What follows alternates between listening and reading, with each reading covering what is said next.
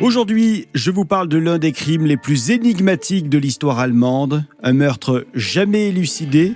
Je vous plante le décor, une ferme, une hache et 6 morts. La Fabrique Audio présente La Petite Histoire. www.lafabriqueaudio.com. Salut tout le monde et bienvenue dans un nouvel épisode de La Petite Histoire du crime. Je suis Florent Mounier et c'est moi qui vais vous narrer cet épisode que j'ai écrit et qui a été mixé par Sébastien Girard. Avant de commencer, encore merci pour vos nombreux commentaires sur nos épisodes. Je vais saluer aujourd'hui Zimpezat, Robinou, Nico ainsi que Dalila qui ont envoyé tous des commentaires à nos derniers épisodes via Spotify notamment. L'histoire que je vais vous raconter aujourd'hui, elle est en 2 parties. Et voici donc la première partie de cette histoire qui se passe en Allemagne. Ah oui. Quelle histoire, ça aussi. Nous sommes le 31 mars 1922. Notre histoire se déroule à environ 70 km au nord de Munich, en pleine nature. Nous sommes à 1 km d'un hameau, le hameau de Kaifeck. Nous sommes dans une ferme. Et dans cette ferme vivent les propriétaires, j'ai nommé Andreas Gruber, qui a 63 ans, son épouse, Casilia, qui est un petit peu plus âgée que lui, elle a 72 ans, leur fille Victoria Gabrielle, qui en a 35 et qui est déjà veuve de mari mort à la guerre, Karl. Et puis il y a aussi les 2 enfants de Victoria, Casilia, comme la grand-mère, Casilia, la petite Casilia, donc elle a 7 ans, et Joseph, le petit Joseph, il a quant à lui 2 ans. Alors dans la ferme, il y a aussi Maria Baumgartner, qui est la nouvelle domestique de la maison.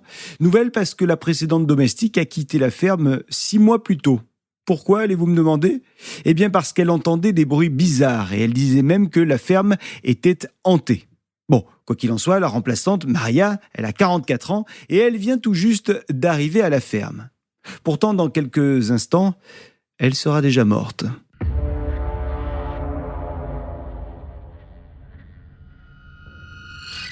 Alors la famille Gruber, c'est une famille qui ne tourne pas rond. C'est des bizarres, comme on dit. Je ne dis pas ça parce que on ne sait pas qui est le père du petit Joseph. Ça non.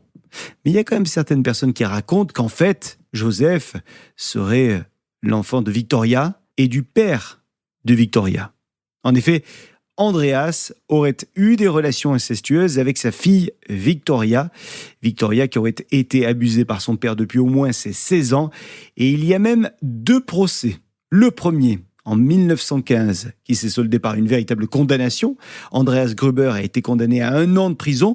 Et Victoria Gabrielle a elle aussi été condamnée à 1 mois de prison pour cet inceste. Oui, parce qu'à l'époque, on condamnait également les victimes des incestes. Et puis 5 ans plus tard, il y a eu un nouveau procès.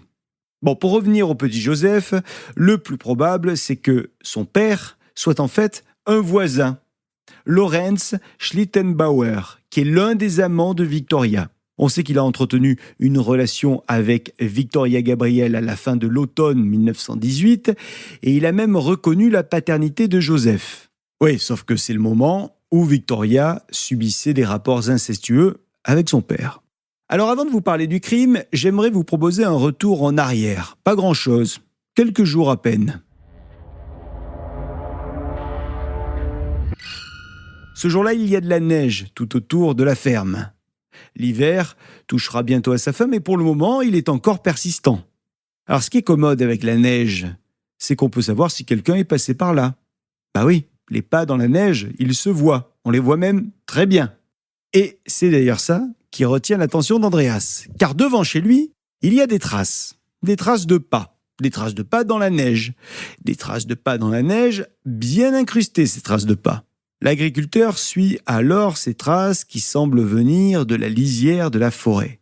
Mais il y a un détail qui inquiète Andreas. Les pas sont bien arrivés jusqu'à la ferme, mais ils n'en sont jamais repartis, puisqu'il n'y a aucun pas qui va dans l'autre sens. C'est-à-dire des traces qui repartiraient de la ferme en direction de la lisière.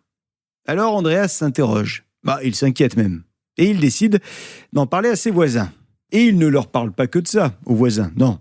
Andreas a aussi entendu des bruits venant du grenier. Et ça aussi, ça l'inquiète. Donc il leur en parle. Il dit que juste au-dessus de sa tête, de temps en temps, il entend des pas.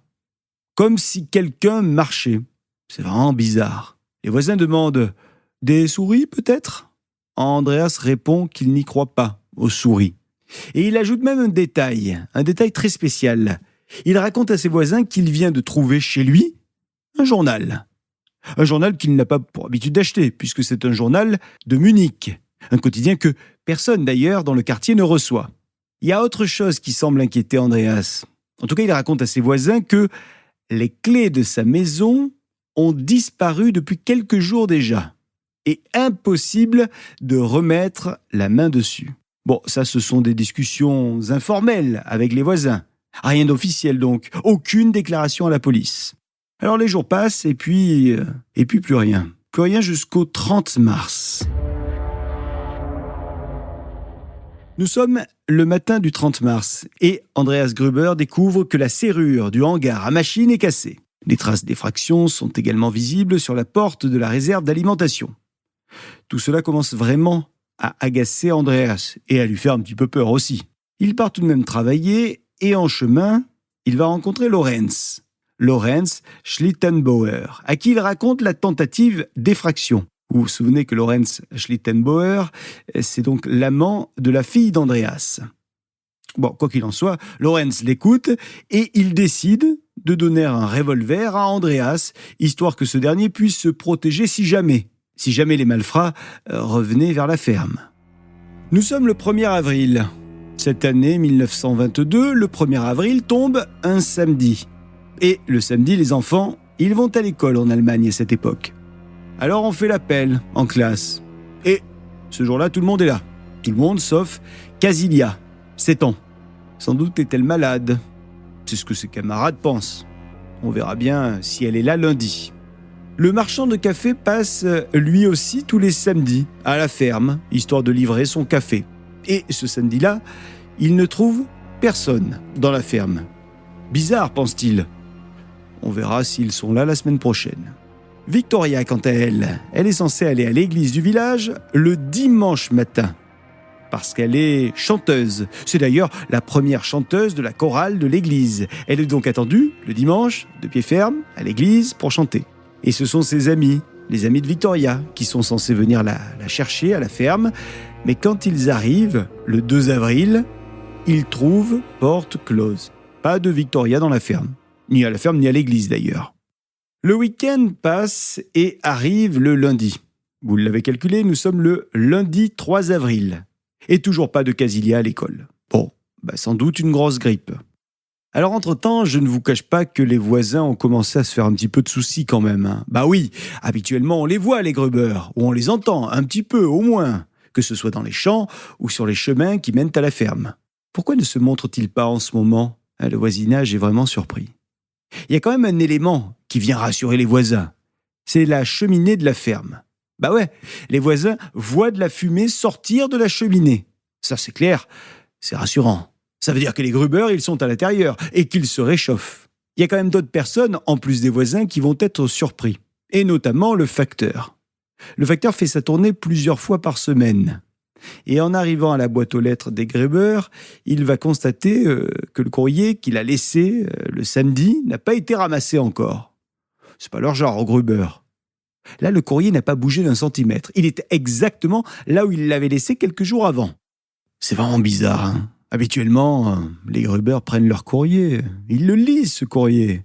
Le facteur remarque aussi qu'il n'y a pas la petite poussette de Joseph dans la cuisine. Habituellement, il la voit, la poussette, par la fenêtre. Et ce jour-là, contrairement à d'habitude, impossible de la voir. Nous sommes mardi. Mardi 4 avril. Et toujours pas de signe de la famille Gruber.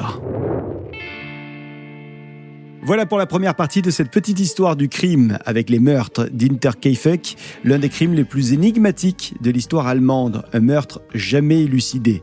Pour découvrir la suite de cette histoire, rendez-vous sur notre chaîne dans le prochain épisode. Et si cette petite histoire vous a plu, n'hésitez pas à la partager autour de vous. Et surtout, souvenez-vous que la petite histoire, c'est totalement gratuit. Donc, on a besoin de vous pour être encore plus nombreux derrière cette petite histoire. Concrètement, abonnez-vous à notre chaîne pour nous soutenir. Partagez la petite histoire et commentez sur les plateformes d'écoute de podcasts comme Spotify, par exemple, mais aussi Apple Podcasts, Deezer et Castbox. La Fabrique Audio présente La petite histoire. La petite histoire. Vous souhaitez devenir sponsor de ce podcast ?